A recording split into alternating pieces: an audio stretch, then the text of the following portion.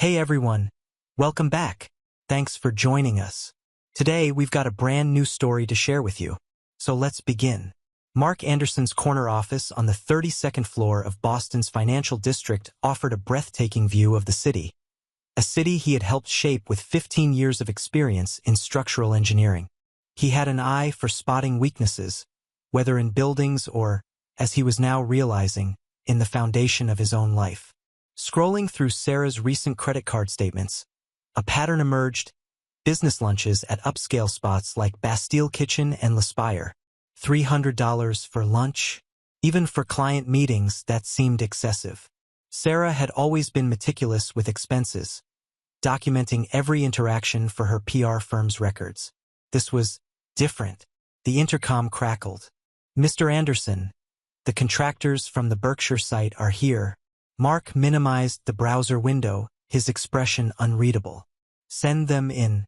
3 men entered, led by Mike Reeves, the foreman. Reeves looked uneasy, shuffling papers in his hands. "About the support beams," Reeves began hesitantly. "We've had to make some adjustments to the original plans." Mark leaned back, studying him. "Adjustments that added $40,000 to the budget? Material costs have gone up, and with the specifications Mr. Mitchell provided." Mark cut him off. "James Mitchell is a real estate agent. He doesn't provide structural specifications. That's my job." The meeting ended with Reeves promising revised quotes, but Mark had already seen enough. This wasn't the first time these contractors, James Mitchell's trusted team, had tried to cut corners. In the past month alone, he'd caught 3 major violations, any of which could have compromised the integrity of the entire building. That evening, instead of heading home, Mark drove to their Beacon Hill townhouse. A text from Sarah popped up. "Emergency with the Carlton account. Don't wait up. Love you." Mark stared at the message. The house felt different now. Each room, each piece of furniture, once filled with warmth, now held memories he questioned. Was she ever truly happy with him? Had her enthusiasm for redecorating been for someone else's taste? In his home office, he finally tackled the task Sarah had been pushing him to do for months: clearing out old paperwork. She had even hired a professional organizer last month, oddly insistent that he get rid of the clutter. That's when he found it. A leather-bound journal. No title on the spine. Not one of his engineering logs. Sarah's diary. She always kept her current one in her bedside drawer, a habit as predictable as her morning yoga routine. But this was tucked away among his college memorabilia, as if it had been forgotten or hidden. He flipped it open. September 15th, 2020. "Mark surprised me with Hamilton tickets tonight. He remembered how much I wanted to see it. Sometimes I can't believe how lucky I am. He's always thinking ahead, planning for our future. Most men would have spent their inheritance on themselves, but Mark's investing it all in our dreams." Mark exhaled, a tightness in his chest. Then the tone changed. April 15th, 2022. "First meeting with James Mitchell about vacation properties today. He's everything Mark isn't: spontaneous, passionate, alive. When he showed me the lakefront listings, his hand brushed mine, and I felt more in that moment than I have in years of Mark's careful planning." His fingers clenched around the journal. He kept reading. May 3rd, 2022. "James understands me in ways Mark never has. Today at L'Aspire, in our private dining room, we talked for hours about dreams, about escape. He thinks I'm wasting my talent playing the dutiful wife.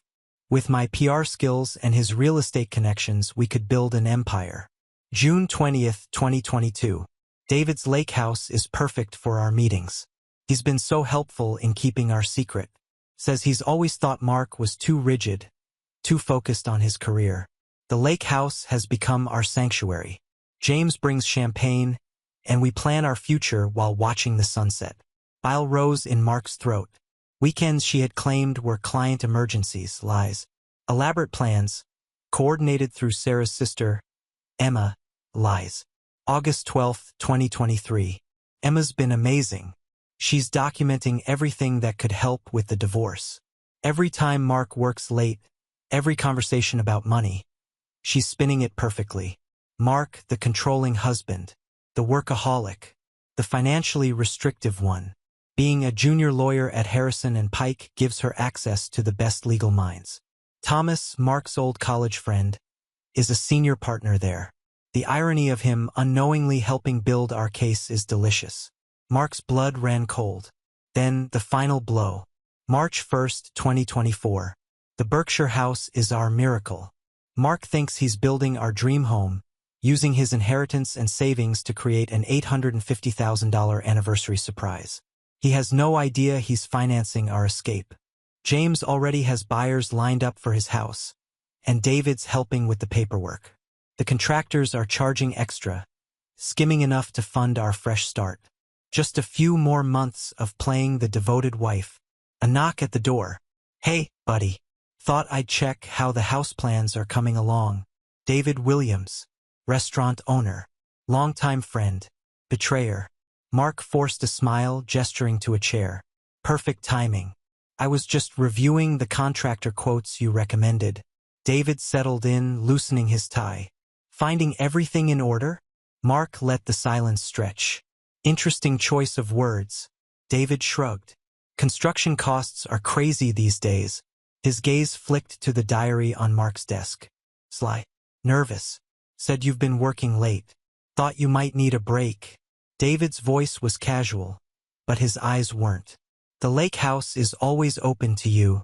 Mark allowed himself a slight pause. "It's been getting a lot of use lately, I hear." A flicker of tension crossed David's face. "Regular maintenance," he replied. "You know how old properties are." Mark walked to the window. "Foundations are crucial. One crack, one weakness, and everything collapses." David left soon after, his usual confidence shaken.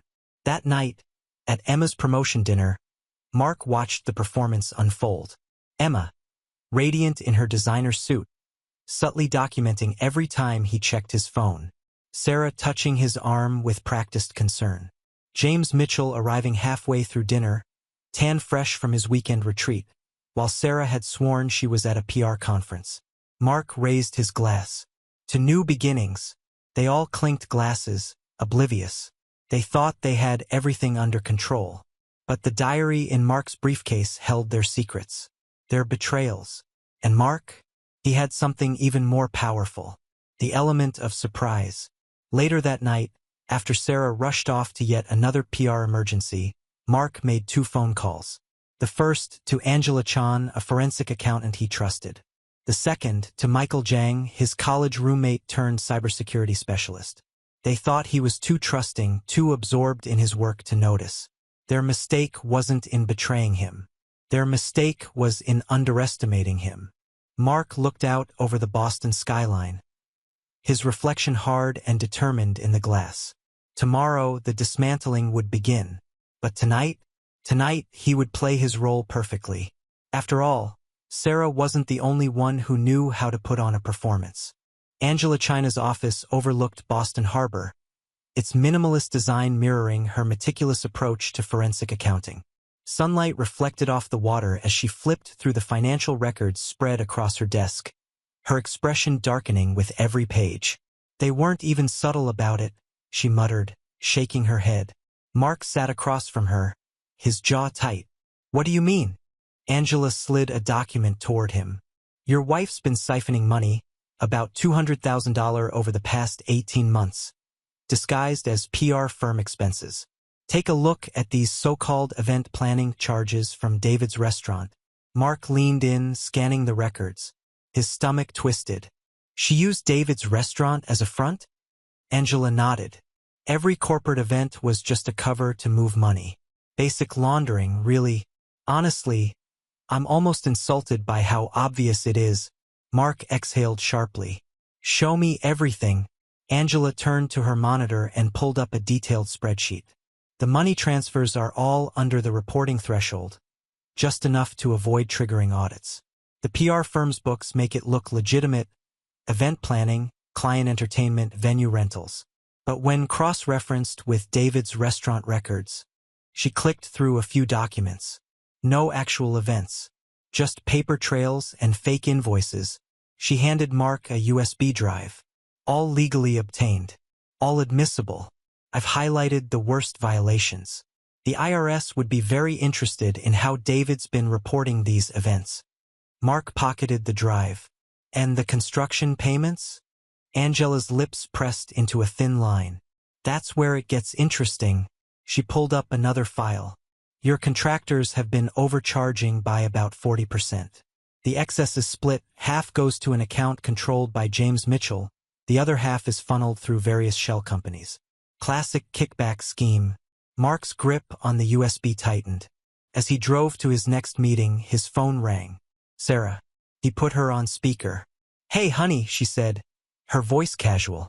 Emma's planning a surprise party for Thomas next month. Can you transfer $10,000 to our joint account? I want to help cover the costs. You know how much he's done for us. Mark's fingers tightened around the steering wheel. 10,000? For a party? Well, you know Thomas, she said lightly. Only the best. Mark kept his tone even. I'll take care of it. Michael Seong's cybersecurity firm was housed in a converted warehouse in Cambridge. His old college roommate had gone from dorm room hacker to one of Boston's top digital security experts. You're not going to like what I found, Michael said, leading Mark to a secure room.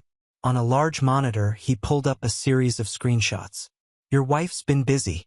Separate email accounts, encrypted messaging, detailed documentation of your assets. He scrolled through files. She's been sharing everything with James, bank statements, investment portfolios, property valuations. They've got spreadsheets tracking your work schedule, travel patterns. Even your gym routine. Mark's stomach churned. Show me. Michael clicked through more files. It's all here, emails, messages, shared documents. They've been planning this for nearly 2 years. Mark's hands clenched into fists. And Emma? Michael's smirk was predatory. That's the real prize. He opened another folder. Found these in Sarah's cloud storage. Emma's been building a case against you for months. Mark scanned the documents, incident reports, twisted versions of normal conversations, financial discussions manipulated to sound controlling. She's got witness statements from David about your aggressive behavior at his restaurant. Alleged arguments about money. Accusations of financial control. Michael looked at him. All carefully dated. Documented. Completely fabricated. Mark inhaled deeply, steadying himself. Can you access James's professional records? Michael's grin widened. Already did. Found some interesting communications with those contractors. Also, turns out he's been using his firm's client database to identify potential properties for their future business ventures. Mark's brows lifted. Illegal? Highly, Michael smirked. And everything is documented. Legally obtained, of course. Mark spent the next week compiling evidence. Meticulous reports detailing James's ethical violations, undervalued property comparisons, contractor kickbacks, and misuse of client data. Each allegation was backed by hard evidence. One morning, Sarah claimed she had a client crisis requiring immediate attention. Mark tracked her phone to David's lake house. Through the restaurant's security cameras, accessed legally through his part ownership, he watched David create fake event planning receipts. That afternoon, Mark sent anonymous reports to the State Real Estate Board and James's firm's ethics committee. He also filed a complaint with the State Contractors Board, exposing fraudulent construction practices. Emma made her move a week later, inviting him to lunch. Mark, she began, her tone laced with feigned concern. As your sister-in-law and a lawyer, I feel obligated to address some patterns I've noticed. Mark activated the recording app on his phone, perfectly legal in a public place. What patterns would those be? He asked, voice calm. There have been incidents, she continued carefully. Sarah's mentioned feeling financially restricted. And David, well, he's told me about some concerning behavior at his restaurant. Mark's lips twitched. Like the fabricated reports? Or the witness statements you've been collecting about events that never happened? Emma's polished demeanor cracked. I don't know what you're talking about. Mark pulled out a folder and slid it across the table. I think you do. I have copies of everything. Your reports, your communications with Sarah, your carefully crafted narrative. Emma's face paled. Those are privileged documents. Not when they contain fabricated evidence stored on shared cloud accounts. Mark's smile was cold. How do you think Harrison and Pike would react to proof that their newest junior partner is creating false evidence?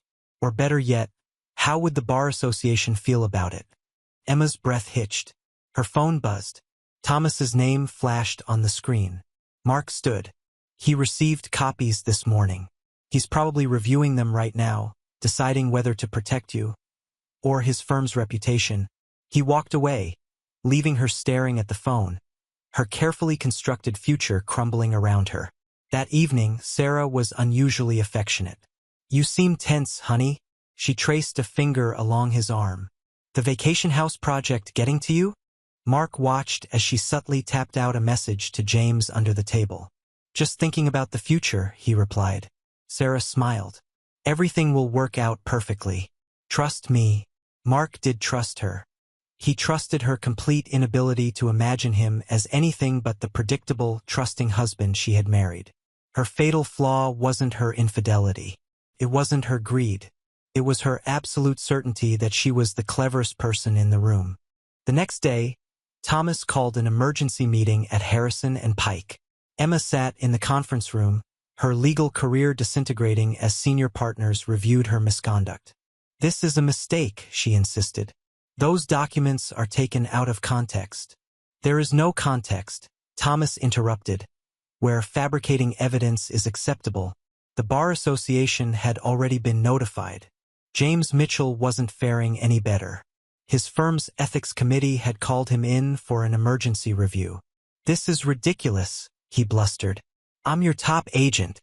Not anymore, his manager replied, sliding over his suspension papers. The state board is investigating.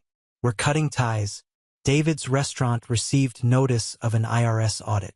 His books wouldn't withstand scrutiny. And Sarah? She still believed her plan was flawless. She didn't realize that every move she made had been recorded. Every transaction tracked. Their game of deception was ending. But only one player knew the score. Mark sat in his office, reviewing Angela's final report. Every piece was in place: financial records, digital evidence, legal documentation. Sarah and her conspirators had built their plan assuming he was too trusting to notice, too conventional to act. They never considered that the same mind that found flaws in building designs might also see the weaknesses in their scheme. Their mistake wasn't just betrayal. Their mistake was underestimating the man they betrayed. Mark closed the report and picked up his phone. It was time for the final phase. Sarah wanted an escape plan. He'd give her one, just not the one she expected. The dismantling was complete. Now came the execution. Mark Anderson sat in his lawyer's office, Richard Holbrook's corner suite, offering a view of Boston's financial district, where this all began. The morning sun glinted off surrounding buildings as they reviewed the final documents. Everything's in place, Richard said, spreading papers across his mahogany desk. The timing has to be perfect. Walk me through it again. Richard pulled up several documents on his monitor. Your protected assets are secured. The trust your grandfather set up is ironclad. Sarah can't touch it. We've documented every instance of financial infidelity, including the $200,000 she siphoned through David's restaurant. The vacation property. Weijang is ready, Mark interjected. His investment firm specializes in quick, discreet real estate acquisitions. The paperwork? Prepared. Once you give the word, we can close within hours. Mark nodded. And the foundation? The Phoenix Foundation, supporting survivors of financial infidelity. The articles of incorporation are filed. The press release is ready, emphasizing the anonymous donor's personal experience with spousal betrayal and financial fraud. Local media is already interested. They love these human interest stories. Richard pulled out another folder. The divorce papers are prepared. Want to review the note again? No need. Mark stood, straightening his suit. Time to end this. The next morning, Mark met Weijang at the property registration office. Sarah was at her PR firm's quarterly board meeting, the perfect alibi for what was about to happen. Mr. Anderson, We's handshake was firm, his smile knowing. The funds are ready for transfer. My clients appreciate discreet transactions. Within 2 hours, the Berkshire vacation home had new owners. The $100,000 profit landed in Mark's private account, while the foundation received an anonymous donation matching what would have been Sarah's share. Mark's phone buzzed. James Mitchell calling. He let it go to voicemail, imagining James's panic when he checked property records and found his escape plan vaporized. The next phase began at the State Real Estate Board. Mark watched from across the street as James emerged from their offices, face ashen. His firm had already cut ties, their reputation in Boston's luxury market too valuable to risk. Mr. Mitchell, a local reporter approached, camera rolling. Any comment on the allegations of ethical violations and fraud? James shoved past them, but the damage was done. By evening, his suspension was public knowledge. 10 years building his reputation in Boston's luxury real estate market, destroyed in a day. At David's restaurant, IRS agents conducted their audit. Mark watched through the security cameras, still accessible through his part ownership, as they questioned staff about non-existent events. Mr. Williams, one agent said, "Could you explain these payments for corporate events? We can't find any corresponding bookings." David's usual smooth confidence crumbled. There must be some mistake. Several $100,000 worth of mistakes. Sarah's carefully constructed exit strategy was unraveling, thread by thread. Her hidden funds were frozen pending investigation. Emma's legal career lay in ruins. David's restaurant faced crippling scrutiny. Mark's phone buzzed again. Sarah this time. "Honey, something's wrong with our accounts. I can't access." "Strange," Mark replied, voice neutral. "Have you checked with the bank? They're saying something about a fraud investigation. And James isn't answering his phone. Must be stressful. Like planning a secret divorce. Or having an affair." The silence on the line was deafening. "Mark," Sarah's PR-trained voice wavered. "I can explain. Save it for your crisis management team." "Oh wait, you're on indefinite leave." He ended the call, nodding to Richard. Time for the final move. At precisely 2 p.m., a courier entered Sarah's PR firm, carrying divorce papers and a sealed envelope. Mark watched through the lobby security feed as Sarah received them, her carefully maintained composure cracking as she read his note. Surprise. Found a better retirement plan. Attached were copies of her diary entries, financial records, documented evidence of every betrayal. In the office around her, phones began ringing as news of the Phoenix Foundation's launch spread. Local media loved the story. Prominent PR executive caught in financial fraud scandal. Her firm's reputation at stake, Sarah rushed home, likely expecting a confrontation. Instead, she found the house empty, except for her belongings and meticulously organized evidence of her deceptions.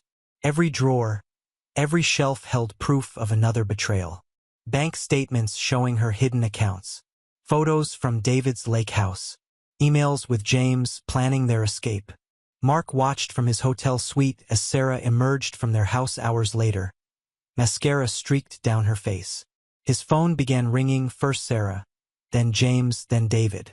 He blocked each number methodically, like removing damaged supports from a compromised structure. Local news led with James' suspension and the Phoenix Foundation's launch. The Foundation's first workshop was already oversubscribed, identifying signs of financial infidelity in marriages, featuring a prominent divorce attorney as speaker. The next day, Sarah's PR firm announced her indefinite leave of absence due to personal matters.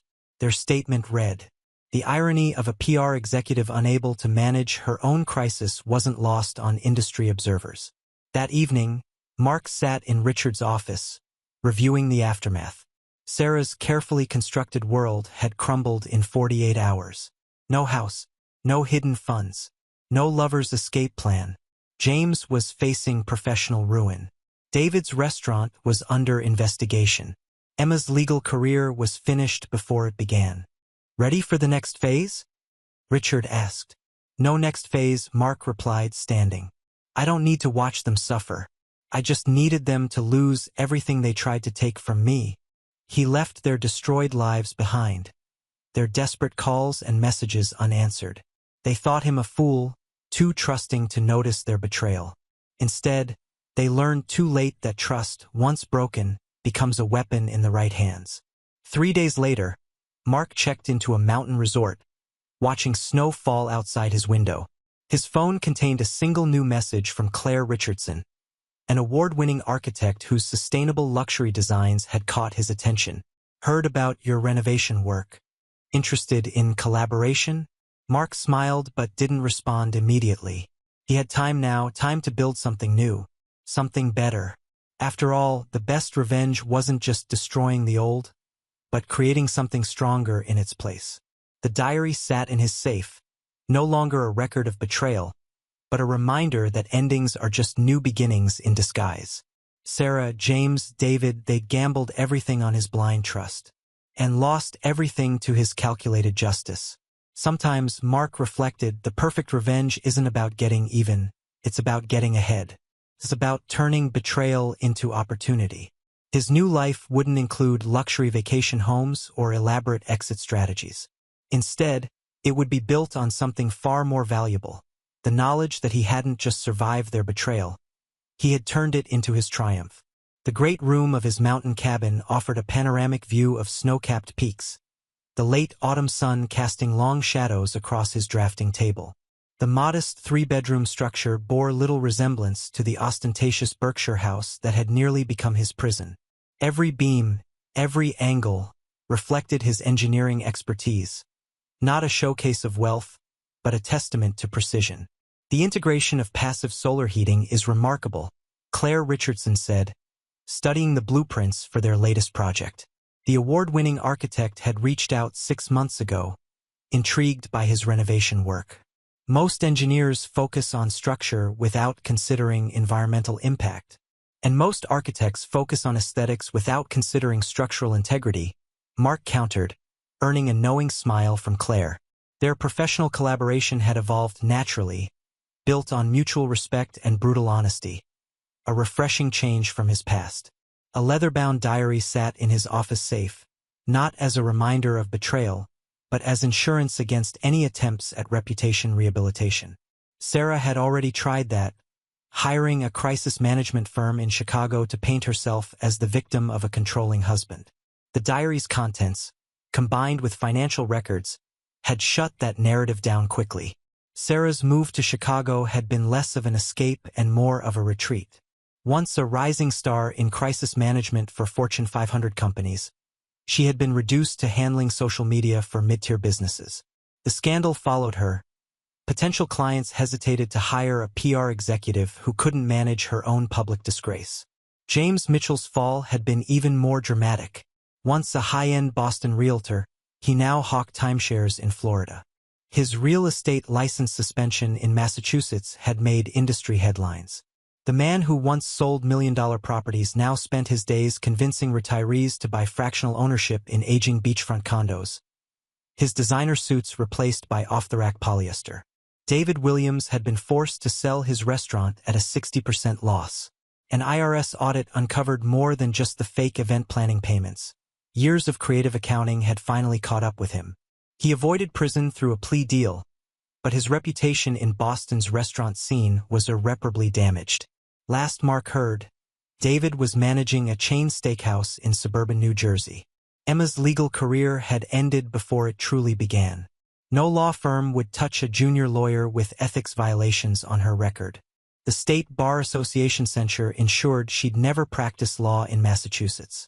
She had moved back to her parents' house in Connecticut, working as a paralegal in a small-town practice, a far cry from her once lofty Harrison and Pike ambitions. Thomas, after reporting Emma's misconduct, had been promoted to senior managing partner at Harrison and Pike. His choice of professional integrity over personal loyalty had only enhanced his reputation.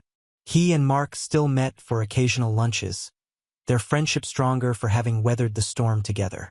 Angela Chun had expanded her forensic accounting practice, using Sarah's case as a teaching example for her staff. The complexity of Sarah's financial maneuvers, while ultimately amateurish, provided excellent training material. She had even spoken at the Phoenix Foundation's workshop on financial infidelity, explaining how to spot the warning signs. Michael Jang's cybersecurity firm had landed several high-profile contracts after his meticulous documentation of Sarah and James's electronic communications became a case study in legal electronic discovery. He had recently opened a Boston office, with Mark as one of his first clients. The Phoenix Foundation had exceeded expectations.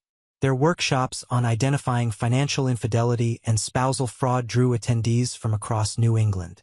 Mark's anonymous donation had grown through additional contributions, funding research into patterns of financial deception in marriages. The foundation's work had already helped several families identify and stop similar schemes before they fully developed. The contractors who had participated in James's kickback scheme faced their own reckoning. A state board investigation led to multiple license revocations. In New England's tight-knit construction industry, a ruined reputation was nearly impossible to escape. Mark's collaboration with Claire had produced 3 successful projects, each showcasing their shared commitment to sustainable luxury design. Their professional relationship had gradually evolved into something more personal, built on transparency and shared values. Unlike Sarah's calculated affection, Claire's straightforward nature found beauty in honesty rather than manipulation. The mountain cabin, though smaller than the Berkshire house, offered something far more valuable: peace. Its mortgage-free status reflected Mark's new philosophy. True security wasn't found in hidden accounts or elaborate escape plans, but in building something solid and sustainable. Looking out over the valley below, Mark reflected on the past year's transformations. Sarah, James, Emma, and David had gambled everything on their perfect escape plan, certain that their victim was too trusting to fight back. Instead, their betrayal had freed him. While they scattered across the country, trying to rebuild shattered lives and ruined reputations, he had built something new, a life anchored in honesty rather than deception. The diary remained in his safe, its pages a reminder that sometimes endings are disguised as beginnings. He hadn't just survived their betrayal. He had turned it into the foundation of something stronger. His new life wasn't built on escape plans or hidden agendas. It rested on something far more valuable: the knowledge that the best revenge isn't about destruction, but about creation. From his cabin's deck, the horizon stretched endlessly, clear, unmarred by lies or manipulation. He had learned that true wealth wasn't measured in square footage or account balances, but in the ability to sleep soundly, unburdened by deception. Sarah and her conspirators had tried to steal his future. Instead, they had given him something priceless: the chance to build a better one. Thanks for watching. If you enjoyed this video, don't forget to like, comment, and subscribe for more stories like this. See you next time.